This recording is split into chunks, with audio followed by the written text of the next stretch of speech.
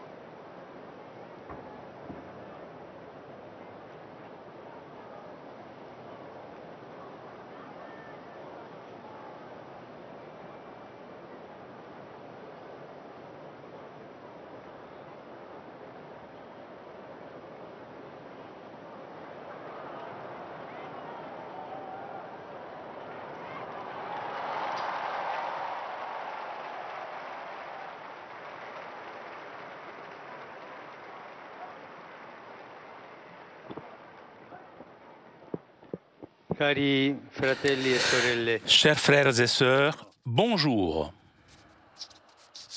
il Vangelo di questa domenica L'évangile de ce dimanche nous offre la parole de Jésus sur le mariage.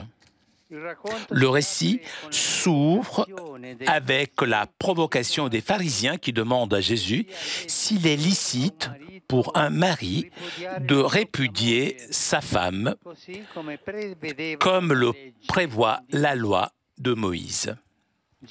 Jésus, tout d'abord, avec la sagesse et l'autorité qui lui viennent du Père, remet un peu à sa place donc la prescription mosaïque en disant « C'est en raison de la dureté de vos cœurs qu'il a formulé pour vous cette règle. » Il s'agit d'une concession donc, qui est utilisée pour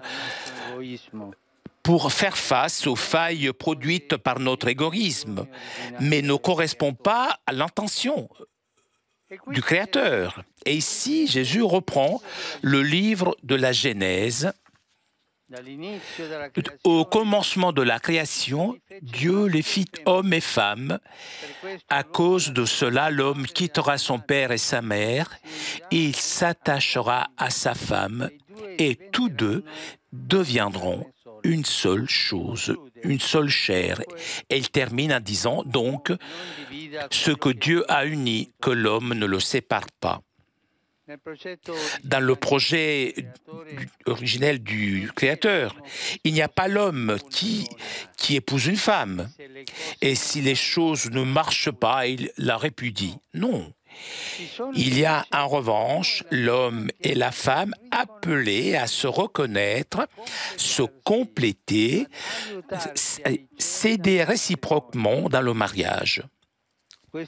Cet enseignement de Jésus est très clair et défend la dignité du mariage comme union d'amour qui implique la fidélité. Ce qui permet aux époux de rester unis dans le mariage est un amour de don réciproque soutenu par la grâce du Christ. Si en revanche prévaut chez les époux l'intérêt individuel, la satisfaction propre, alors leur union ne pourra pas résister.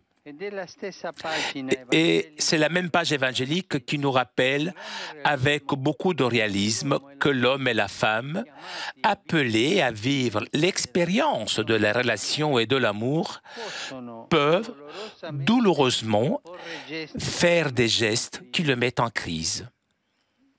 Jésus n'autorise pas la répudiation, et il le fait pour confirmer le plan de Dieu dans lequel se distinguent la force et la beauté des relations humaines. L'Église, d'un côté, ne se lasse pas de confirmer la beauté de la famille, telle que nous a été donnée par les Écritures et la tradition, et en même temps s'efforce de faire ressentir concrètement sa proximité maternelle à ceux qui vivent l'expérience de relations brisées ou qui continuent de façon pénible et fatigante. La manière dont Dieu agit avec son peuple infidèle, c'est-à-dire donc avec nous, nous enseigne que l'amour blessé peut être guéri par Dieu, par la miséricorde et le pardon. Par conséquent, à l'Église, dans ces situations, n'est pas demander immédiatement une condamnation. Au contraire, face à tant d'échecs conjugaux douloureux, l'Église se sent appelée à vivre sa présence de charité et de miséricorde, de compréhension pour reconduire à Dieu les cœurs blessés et égarés. Invoquons la Vierge Marie afin qu'elle aide les époux à vivre et à renouveler toujours leur union en partant toujours du don originel de Dieu. Ave Maria, gratia plena, Dominus tecum, benedicta tui mulieribus et benedictus fructus ventris tui, Iesus. Santa Maria Mater Dei, ora pro nobis peccatoribus, nunc et in hora mortis nostre. Amen. Ecce ancilla Domini. Fiat mi secundum verbum tuum. Ave Maria, gratia plena, Dominus tecum, benedicta tui mulieribus et benedictus fructus ventris tui, Iesus. Santa Maria Mater Dei, ora pro nobis peccatoribus, nunc et in hora mortis nostre. Amen. Et verbum caro factum est. Et habitavit in nobis. Ave Maria, gratia plena, Dominus tecum, benedicta tui mulieribus et benedictus fructus ventris tui, Iesus. Santa Maria Mater Dei, ora pro nobis peccatoribus, nunc et in hora mortis nostre. Amen. Ora pro nobis, Santa Dei Genitris. Udini ficiamo benedictionibus Christi. Gratiam Tuam quae sumus Domine, mentibus nostris infunde, ut qui angelo nunziante Christi Filii Tui, incarnationem coniovium, per passionem eius et crucem, a resurrectionis gloriam perducamur, per eundem Christum Dominum nostrum. Amen. Gloria Patri et Filio et Spiritui Sancto. Sic ut erat in principio et nunc et semper et in saecula saeculorum. Amen. Gloria Patri et Filio et Spiritui Sancto. Sic ut erat in principio et nunc et semper et in saecula saeculorum. Amen. Gloria Patri et Filio et Spiritui Sancto. Sic ut erat in principio et nunc et semper et in saecula saeculorum. Amen. Pro fidelibus defunctis, requiem aeternam dona eis Domine. Et lux perpetua lucet eis. Requiescant in pace. Amen. Sit nomen Domini benedictum. Ex hoc nunc et usque in saeculum. Aiutorium nostrum in nomine Domini. Qui fecit caelum et terram. Benedicat vos, omnipotens Deus, Pater, et Filius, et Spiritus Sanctus. Amen.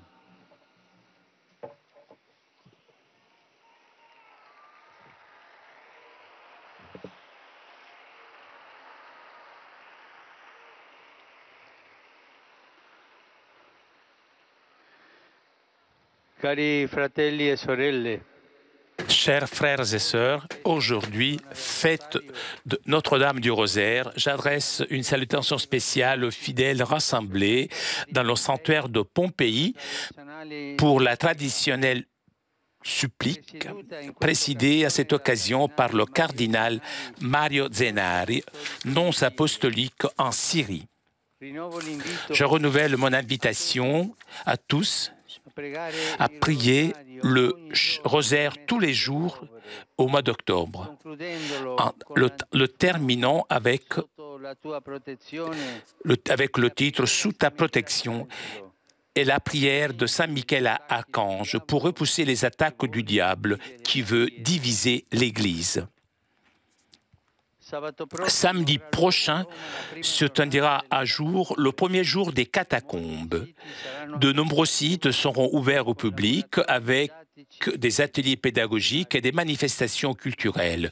Je remercie la Commission pontificale pour l'archéologie sacrée pour cette initiative et je souhaite le meilleur résultat.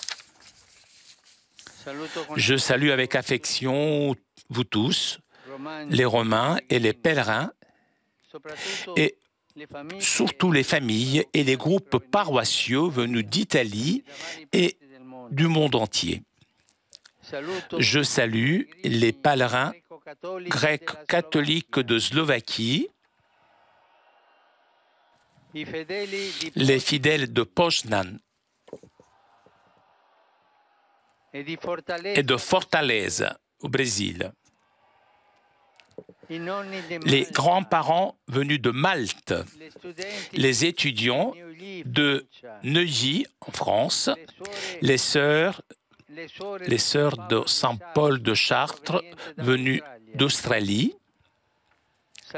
Je salue le pèlerinage organisé par le missionnaire des Sacré-Cœurs de Jésus et de Marie, le chœur Calliope de Gussago Brescia, les adolescents de jeunesse étudiante du Latium et les fidèles de Abbiategrasso, à côté de Milan. Je vous souhaite à vous tous un bon dimanche.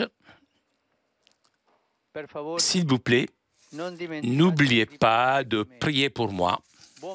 Bon déjeuner et arrivederci. Au revoir.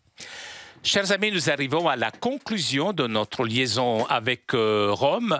Un grand merci à Corinne qui était aujourd'hui à la technique. Merci aussi au Vatican pour ces images. Merci à vous pour votre fidélité. Je vous souhaite une excellente journée et à très bientôt sur KTO.